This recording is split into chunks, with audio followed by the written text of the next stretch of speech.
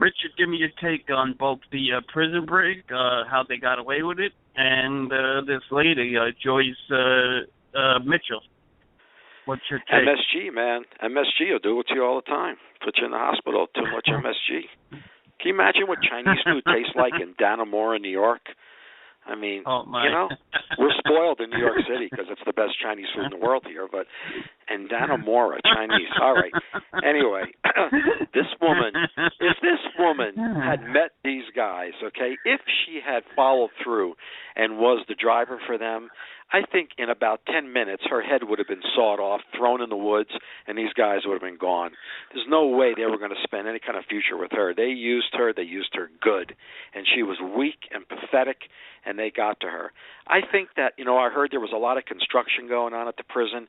I think they need to investigate some of those construction crews because they had to have gotten some insight about those tunnels and about the steam piping. I mean, this was a 2-year process, a 2-year ordeal. This was Shawshank come alive. I mean, this was the real deal. Tim Robbins, I mean, this was exactly like that, and so much planning and time and effort went into this that these guys, I mean, they must have had 5 different backup plans. When they got out, you don't see any robberies, any stolen vehicles, any assault and batteries. You see nothing going on up there. Nothing. That means these guys had a way out, they had transportation, they had money, they had a change of clothes, they changed their appearance. I mean, they had a plan, they had backup plans, and they're gone. I mean, these guys are searching a 10-mile radius from the prison. These guys are gone. They're on the beach with Tim Robbins and Morgan Freeman. I mean, these guys are really gone. And when what's pathetic is that a lot of people are rooting for them and pulling for them and are impressed with them and tip their hat to them. That's bullshit. These are absolute murderers. One guy murdered a sheriff and dismembered him. These are animals. Yeah. These are very, very bad and dangerous people. And they broke out of Dannemora. Nobody has broken out of that facility in 150 years. These guys got out, and I understand it was in shambles anyway. I mean, the cells were breaking apart. I mean, everything was falling apart up there. But still, that is the highest security prison in the state of New York. And just the name, just say the name, it's scary, the name Dannemora. But look, these guys got out. I think they're long gone. I think they're out of the country, maybe through Canada to somewhere else. I don't think it was a one-stop deal. And I think they changed their appearance. I think they're gone. I think they were too smart, too sharp, and they weren't going to put all their eggs in the basket with this basket case woman who I don't really believe anything she's saying. Seriously, I don't believe anything she's saying at this point. I think she's trying to cover her butt.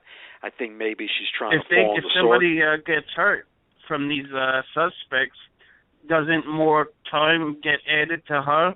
Because that's what I heard from one legal analyst. Yeah, I don't know. That's a dicey area. There's definitely a claim that can be made for that. And what kind of time is she looking at as of now? Right now, I think it's 7 to 8 years she's looking at, 7 to 8. But there's a deal. I mean, she was talking all weekend. She's talking to them. She's cut a deal. There's no question she's cut a deal here. She waived a preliminary hearing, and to me that was significant.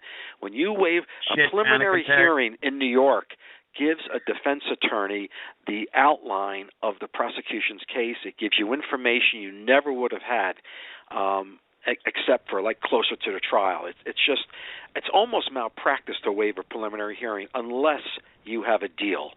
And I got to believe that she has a deal in place. I think she's fallen on the sword for her husband. I think he was involved with her too.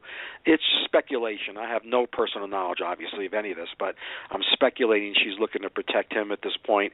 And, I think she might be a decoy. I think she's spilling stuff that's not true. I don't believe a lot of what she's saying, and I don't know how these guys got the intricate details of the tunneling underneath that prison. If it wasn't based on the construction people that were working there, they had to have befriended some of those guys to get a mapping of how it worked. And it's amazing. It's just mind-blowing that they got out of that facility and they're gone. Mind-blowing. Okay.